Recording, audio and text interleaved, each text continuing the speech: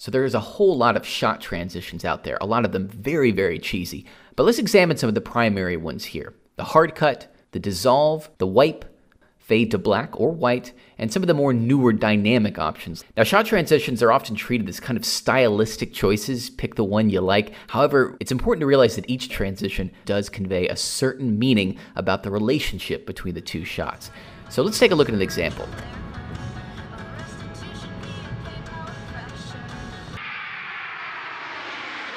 So we have two pretty basic shots, woman in car and a plane taking off. So the straight cut, or a basic cut, the first image is immediately replaced by the next one. And this is how most movies, most scenes work. They cut directly between shots. And this leaves a lot of room for you as the viewer to figure out how the shots relate. Is our driver going to get on the plane? Is the plane taking off at the same time?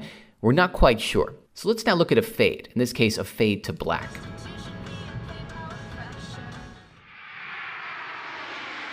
Now, fading all the way in and out visually separates the shot. It gives us the impression that time has passed between these two actions.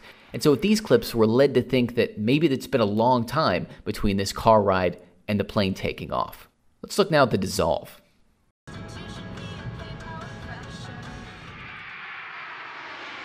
So again, we have the sense of time passing between shots, but by flowing into each other a little bit more, we're going to relate the shots together a little bit more than we would on the fade. So we know perhaps that the car ride and the plane taking off are at separate times, but we're a little less likely to connect the driving with the plane taking off. Maybe the driver is going to catch that plane later in the day. Let's look now at the wipe.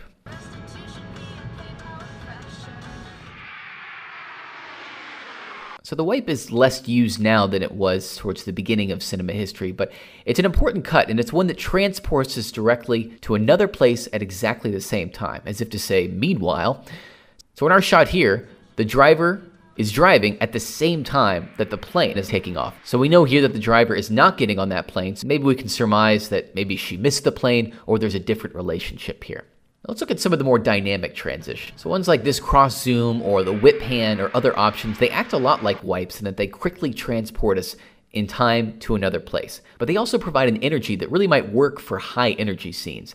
For this scene, however, the result is a little jarring since the transition doesn't really match the energy of the shots. So as you work transitions into your own productions, again, the key is to be intentional. Think about what you're going for in a scene and how that transition might help you achieve that feel.